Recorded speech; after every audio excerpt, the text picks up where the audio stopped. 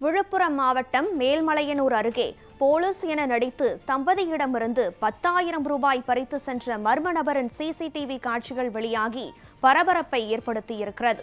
விழுப்புரம் மாவட்டம் மேல்மலையனூர் அடுத்த வளத்தி கிராமத்தை சேர்ந்தவர் சாமிநாதன்.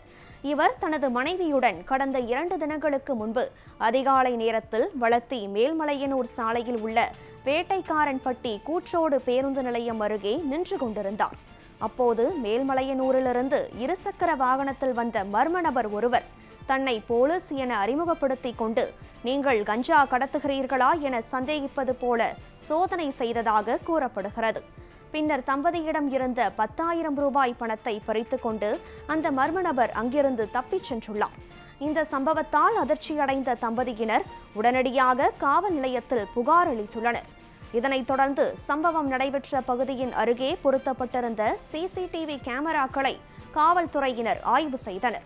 அதில் போலீஸ் போல நடித்து பணத்தை பறித்து சென்ற மர்ம நபரின் காட்சிகள் பதிவாகியிருந்தன. அந்த காட்சிகள் தற்போது வெளியாகி பெரும் பரபரப்பை ஏற்படுத்தியிருக்கிறது.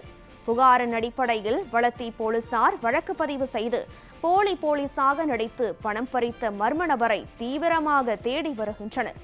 பொதுமக்கள் நடமாட்டம் அதிகமாக இருக்கும் சாலைகளில் இவ்வாறு போலீஸ் என நடித்து குற்றச் செயல்களில் ஈடுபடுவது பொதுமக்களிடையே அச்சத்தை ஏற்படுத்தியிருக்கிறது. எனவே இந்த நபரை விரைவில் கைது செய்து கடும் நடவடிக்கை எடுக்க வேண்டும் என பொதுமக்கள் கோரிக்கை விடுத்திருக்கின்றனர்.